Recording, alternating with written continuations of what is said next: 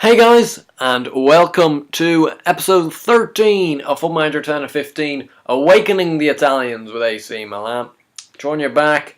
Could it be an unlucky episode? Hopefully not, because we've got a real test today in today's live commentary. We've got a home game against Roma, which could be actually a crucial game come the end of the season. I'll talk you through the fixtures in a little bit. Actually, I'll talk you through them right now. We'll just hop on straight into it.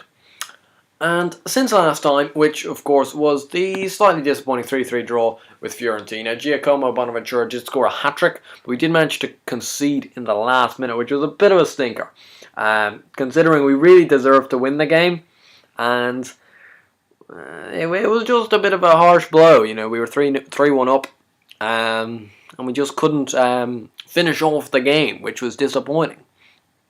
As you can see, since then we've had 5 games, of which we've had 3 wins and 2 losses, but I don't know what happened. We have succumbed to a double defeat to Legia. Now Legia, if you don't know them, you probably should, are in the Polish First Division. They're a very good team over in Poland, but AC Milan should not be losing to them. Well, that's what I thought going into the home game against them in the Europa League. And we lost 1-0 to them at home, which was a bit of a culture shock, really, considering we've won a fair amount of our league games this year, and even in this competition we've been doing reasonably well up until this game. We conceded in the 4th minute through Helio Pinto, and they just managed to block us out for the rest of the game. It was so disappointing. They had one clear-cut chance. We didn't create a single clear-cut chance in the whole game, which was extremely disappointing. We only had 47% of the ball as well, so we didn't even play our kind of normal possession-dominated game. We did have 17 shots, but only 4 of them ended up on target. As you can see, they only had 6 shots, but they did have 2 on target, of course one of them ending up in a goal. But when you're not going to make that much out of the kind of territorial battle you've won, you're going to leave yourself in the lurch to lose and be counter-punched. And that's exactly what we were. We were counter-punched quite early on, and we just couldn't find the way through. Like, Sulimentari started this game. Like, it wasn't our first team, you know. Timothy played, Christian Stabata, Alex, Danny Ings, you know, but there was still, you know, Montalivo. But Bonaventura, Zivkovic, Yarmolenko, Minaz, even Alex could be considered as a first teamer, so we really should have won the game.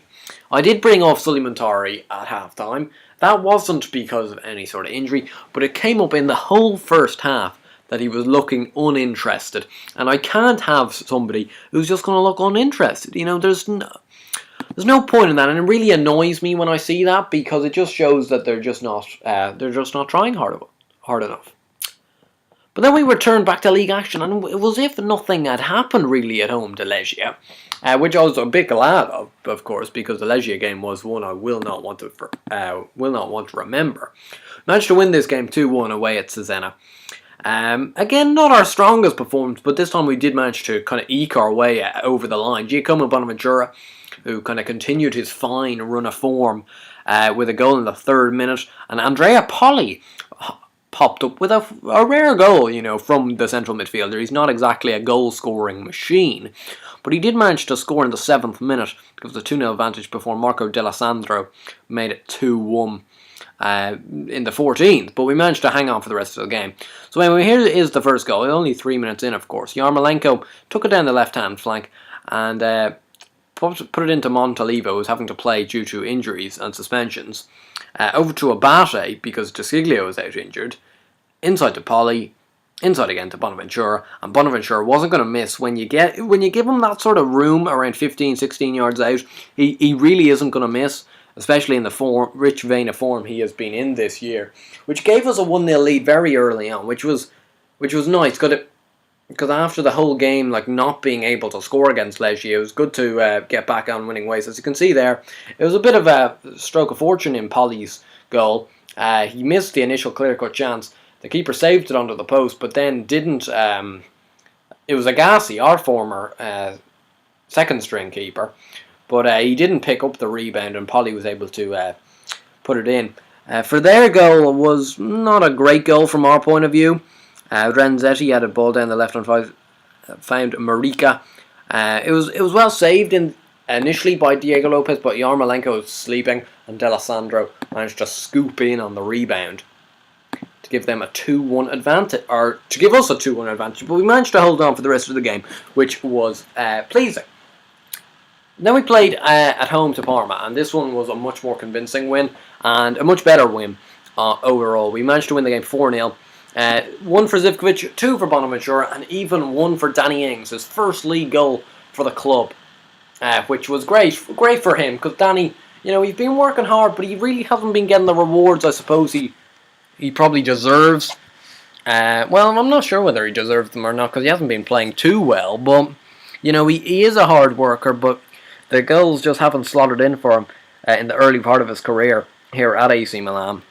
Maybe it is a bit of an ask, such a step up, but as you can see, your first goal, it gets initially cleared away, and I was thinking we might get struck on the counter here, but Kazuki Honda does really well to get in there, and De Jong then sweeps up as per usual, and it just gets fed in to Zivkovic by Ings, and it's not a great bit of keeping, I'll give him that. It's Morante in goal, and it kind of goes through him. He doesn't touch it, but it seems to kind of go through him, which was not great from him. The second goal was, again, I thought we were going to get counter-attacked here, and due to our first few games, or the game against Legia especially, where we did get counter-attacked and subsequently lost the game, I was still a little bit on edge, especially when they managed to get a few kind of passes together. But again, it was Honda making the breakthrough, and it was Bonaventura who found Ings, and then he looks to get forward in this move, and he ends up finishing it off. Honda feeds it to Bonaventura, who gets dispossessed actually, but back to Honda, De Jong, out to Abate, and it will eventually get to Bonaventura soon. Zivkovic, Honda, Abate, it's going to go in. Bonaventura, who again managed to sneak it in first from post. Again, it's not a good bit of keeping by Morante, but we weren't complaining as Bonaventura slotted home to make it 2-0. Hopefully the next two goal highlights don't take just quite as long, because there was a lot of build-up play in that one. But here's Timothy. Timothy found Bonaventura into Ings, who managed to slot it home. A very confident finish for a guy who hasn't actually, as you've guys seen, hasn't been really a regular goal scorer. It was a sign of confidence that he was able to slot that one away.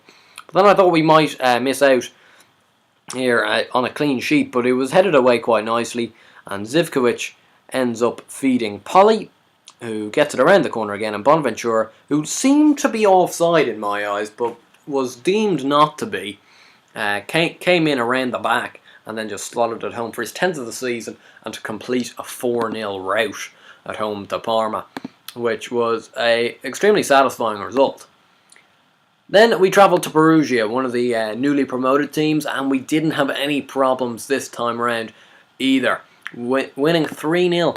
And now, this one flatters to deceive a little bit, considering two of the goals were in the last 3 minutes. Umtiti scoring in the 87th minute, and then Ricardo Saponara, who actually got a rare appearance on the bench, did manage to convert a good opportunity right at the end in the 91st minute.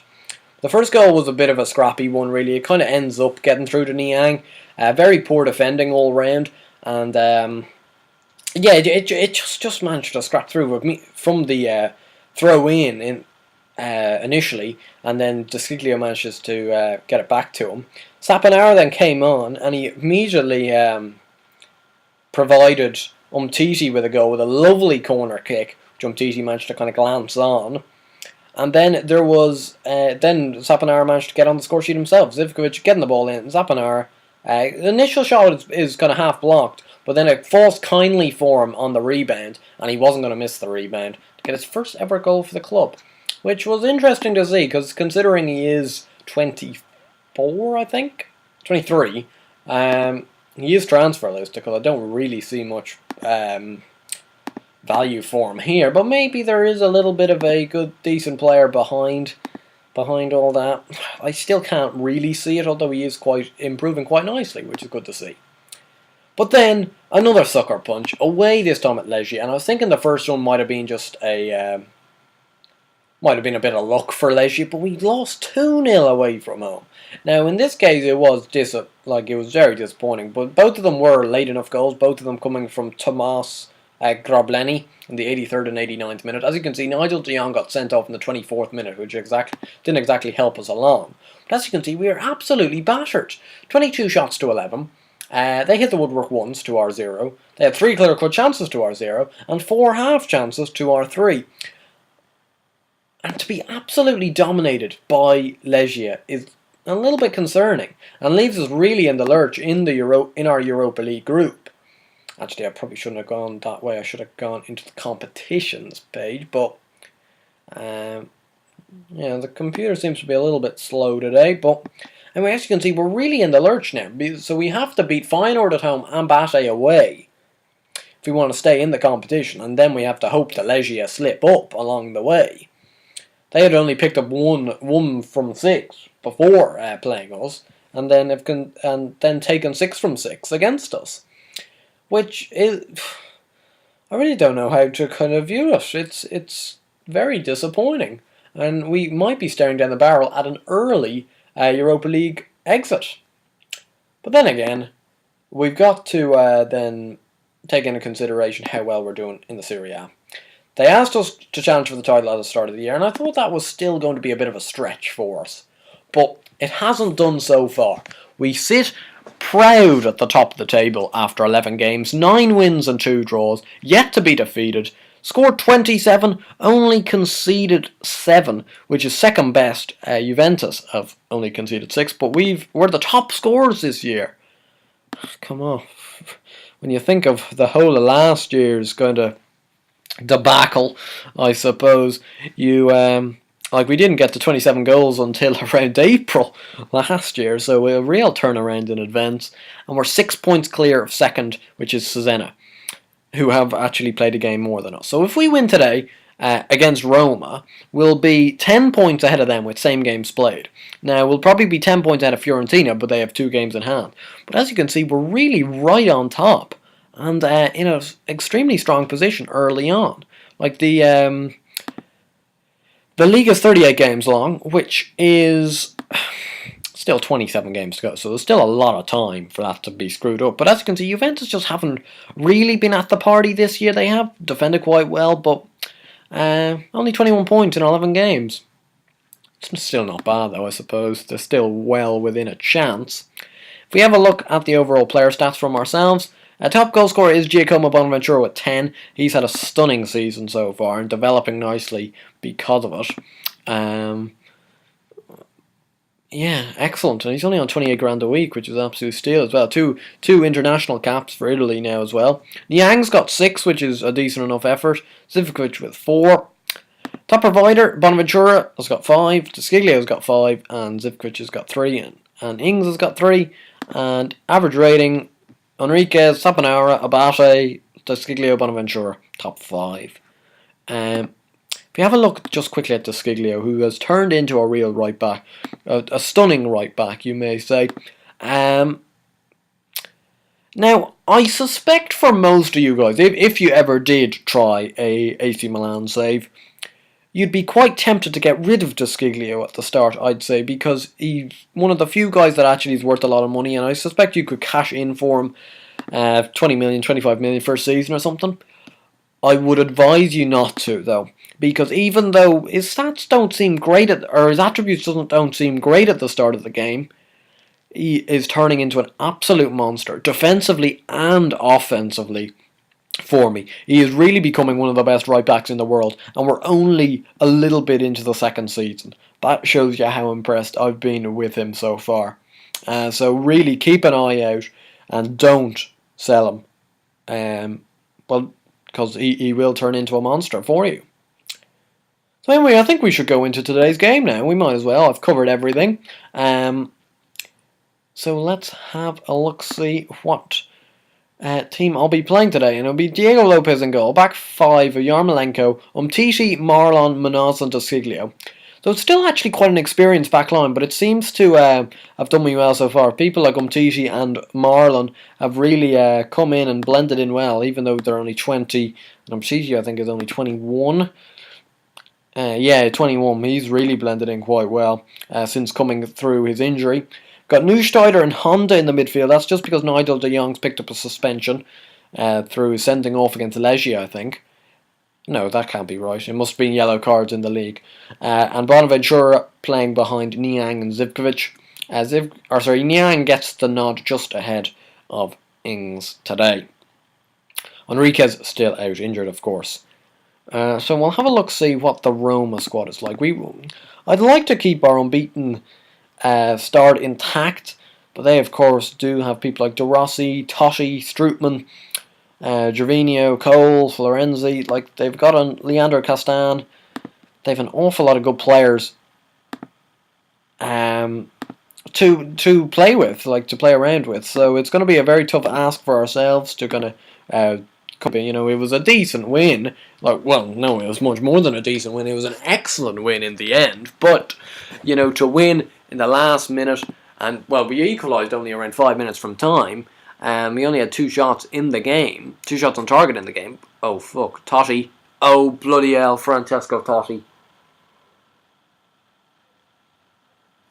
Why is he so good? Well, he's not. Well, he's old now. It's only his third of the season, but he's waited for the Milan game to 46 seconds into the game to whip this bad boy out. Oh, God, that's a nightmare start. And we're not really... Well, I suppose that's completely untrue when you look at the stats, that we're not big goal scorers, but... Because we've scored an awful lot of goals. But it just doesn't seem like we're big goal scorers, to be honest. We need to get rid of this. The last thing we want is to be 2-0 down after 3 minutes. Zivkovic could be in behind. He is. Goes close. It just trickles by the post for a corner. An excellent block, I think, from Castan in the end. But I thought even with the block, it might have just crept in the corner, but not to be. But a better piece of play. And hopefully we're just going to get that free kick, which was really nothing much the team could have done about.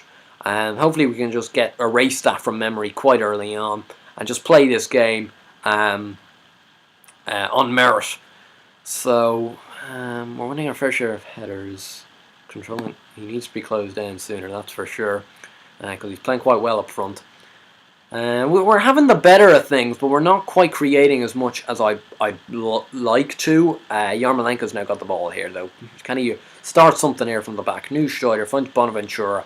Castan does really well. Castan's an excellent defender, alongside a Story, who ain't no slouch either. But Desquiglio, here he goes. So I've bigged them up before the game, so hopefully he can do something for me. Giacomo Bonaventura. And by Niang, he should have scored. Oh, 2 clear-cut chances now, down the drain. And we're still 1-0 down. And Totti, don't.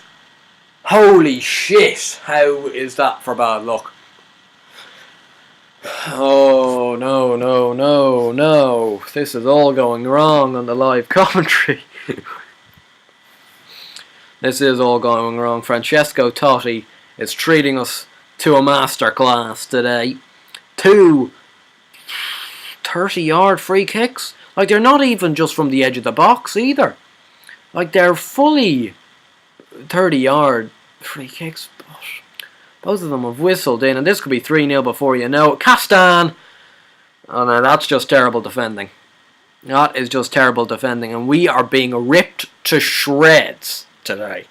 It certainly isn't the buzziness of the Napoli game, that's for sure. This is just a terrible bit of defending. Who is that? Umtiti just completely loses his man. And we find ourselves 3-0 down at half-time. I had this game going in a better direction, that's for sure, in my head. Danny Ings going to come on because Niang has missed a clear-cut chance. I don't know what else we can really do, though, that's going to affect the game in its entirety. Montalivo, I suppose, for Honda, give us a little bit more shape in the midfield. But I really didn't see this one coming because our defence has been pretty watertight so far this year. So, like, of all things, like, I thought we might have lost today. I had my doubts on this game, but I really didn't have my doubts that we'd lose 3-0. I suppose I've got to try and do something, but we've already used up 2 subs, and we don't really have another striker on the bench. We do have Menez, but to heck with it, let's bring him on, see what he can do, because Zivkovic has just had such a poor game, 6.0 for him. He's really just not stepped up to the plate at all, and we're going to tell them to demand more. We're playing for pride now, really. That's all we're going for at the moment. Florenzi now finds Strootman. Don't be another long shot, come on. That's bad luck. Like long shot. Those 2 free kicks, you know, that really wasn't defensive error. Well, I suppose it was defensive errors to concede the free kick in the first place, but you can't really. Lalic gets in behind there. Lopez has to save it. You can't really blame, I suppose, the defenders for that. But that should have been 4-0. And they've had 2 clear-cut chances in this highlight, and neither of them have been taken, which is probably a little bit of a blessing for us, keeping some respectability to the scoreline. Diego Lopez is now going to pick up a yellow card. Like, what's that for? Very odd that a keeper gets a yellow. Oh no, Florenzi. Menez does well. Go on. Menez! For fuck's sake, do something.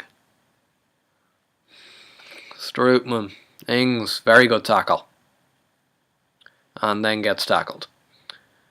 That just sums up our day, to be honest. Ashley Cole now, Story. It's going to be a long ball over the top, I'd say.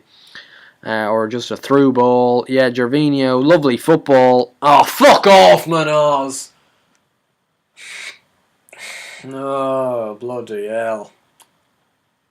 A day from hell for AC Milan. Well, it's certainly not going to be an invincible season, that's for sure. Totti for a hat-trick. 4-0 Roma.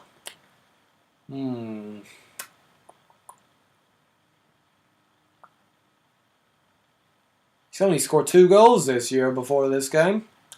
He's just saved it all for this. That's a decent enough penalty, but you know, it really does sum up our day conceding a penalty like that. That's always what happens when things are against you. Umtiti! Come on! Oh, how have you not scored? Oh, could this day go even worse? It really couldn't. I don't think you could ask actually for a game that doesn't go to script as much as this. Like, we've goal after 40 odd seconds, 3-0 down at half time, concede a penalty, miss 3 clear cut chances and 5 half chances. You know, what are you to expect if you're going to be that sloppy? Because, you know, it doesn't all come down to the defensive parts. Like, because on another day, I suppose the 2 Totti free kicks mightn't have gone in, which means, say, we conceded 2, and then we could have definitely scored 2 from our clear-cut chances. So on another day, we could have come out of the game possibly with a 2-2 draw. Instead, we're going with a 4-0. Oh no, 5-0. Lalic hits the bar. How generous of FM that they didn't let them score from that. There's still going to be another highlight. Would you just end the misery now? I'm not really in any mood to see them walk another goal in. Torresidis finds Mohamed Salah. Strootman. Torresidis. Put some fucking pressure on. You're meant to close down more, aren't you? Oh no, they're not. Oh well. I thought they were meant to. Maybe that's on the Villa one. But Destro, it's the upright. And it's gone long enough, so we're gonna watch the next minute and a half. But there's not actually gonna be a highlight of any sort. We're just gonna have to sit through it in disappointment. Danny Ings, just have a hoof, why don't you? Oh no, that's not gonna happen. Sorry about that. But the Shanktas, can you please just get this game done with? Florenzi, De Rossi.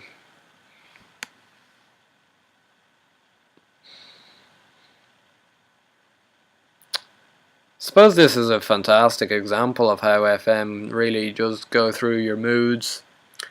Like before this game, I know we had disappointing defeats to Legia, but I was in extremely positive moods about AC Milan when sitting down to record this video, and then this happens, and suddenly you really question everything about the continuity of the team and whether, like, I really thought based on our first 11 games we could win the title this year, but obviously not if we're going to play like this in big games. We haven't even, this isn't even against Juventus, who in my eyes have a much better team than Roma do, so